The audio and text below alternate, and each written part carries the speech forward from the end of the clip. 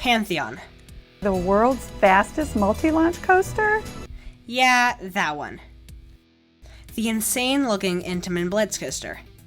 This project has been in the works for a while, and will hopefully finally open up next year in the Festa Italia section of Busch Gardens Williamsburg. Now, I'm trying not to overhype this ride in my mind too much, because it's always more fun if you have no expectations going in.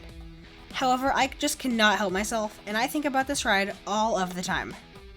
And I do think it will be the best ride at Busch Gardens Williamsburg, possibly Virginia, and maybe, just maybe, the world. Hello everybody, this is Ishan from Amazing Coasters, and this is going to follow the same format as a video I did a couple weeks ago on Walibi Belgium's 2021 Intamin Mega Coaster. If you want to see more videos in this series, drop a like on this video and comment below the next coaster you would like to see me analyze. Also, be sure to subscribe and turn on those post notifications so you won't miss out on another video.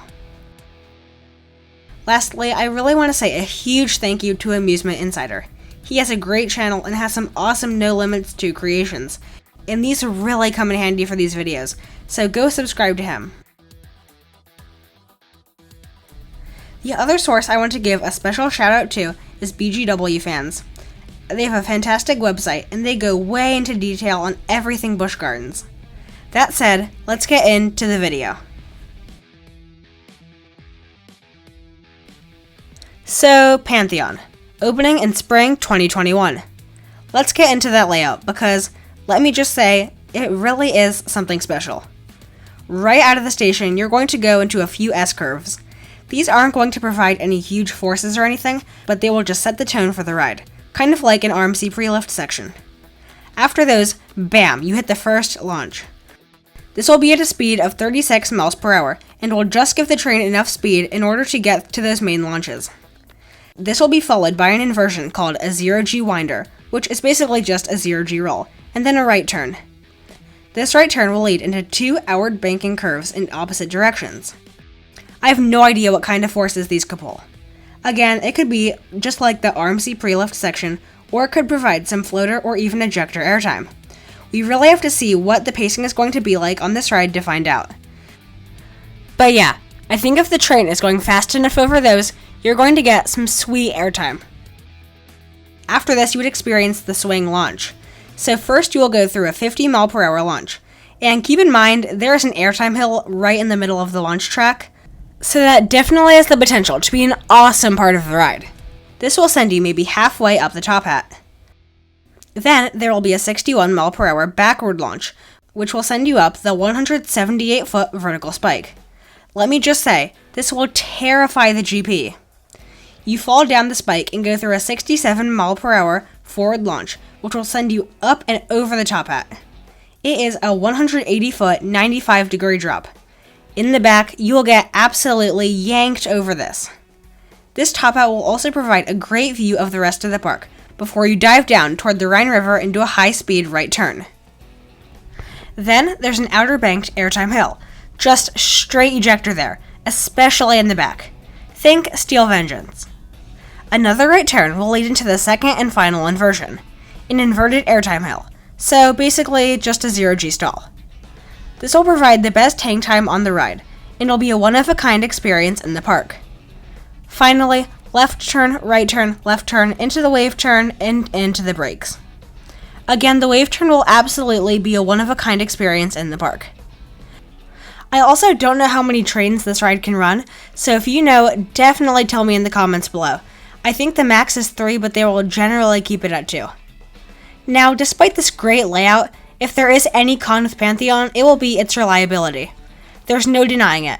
Other Intamin launch coasters experience huge amounts of downtime, and this ride does have a lot of moving pieces, like that high-speed switch track. However, if Intamin can come through and prove me wrong, I think we will definitely see a lot more of these models pop up. Now, let's talk about those trains. They are the new Intamin trains found on Terran and Taiga, and they look very comfortable. Just a simple lap bar, and this will leave you feeling very exposed. Finally, on to the main question. Will this be the best coaster in the world?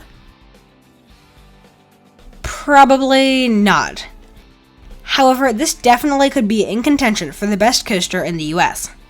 To find out and try and predict, I'm going to use Coaster Buzz's Top 100 Coasters list.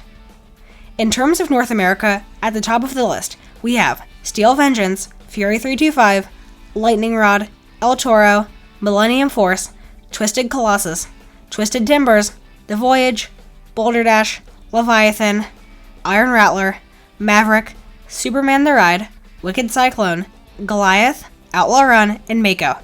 I'm also going to throw in Skyrush, Phantom's Revenge, and Intimidator 305, because for some strange reason, those 3 elite coasters are way at the bottom of the list. Now, we have a fantastic top 21. So, will Pantheon make it into this elite group? I think so. Perhaps Skyrush, Steel Vengeance, El Toro, Voyage, Fury, and Twisted Colossus could beat it out. However, this ride is definitely going to be a serious contender for the best coaster in Virginia. Right now, its competition is Intimidator 305 and Twisted Timbers over at King's Dominion. I could definitely see it being better than both of those, but maybe that's just me. I mean, I like I-305, but it's nothing really to rave about. Out of the 65 credits I have currently, it ranks 9th. I do, however, love Twisted Timbers, and that ranks 3rd. But I love even more launch coasters, so who knows? Maybe this will be my favorite ride in the state. But what I want to know is, what do you guys think? Could this actually be the best coaster in Virginia? And possibly the East Coast? Tell me in the comments below. I am so excited to read them all. 2021 really cannot come any sooner. Thank you all so much for watching, and I'll see you all next time.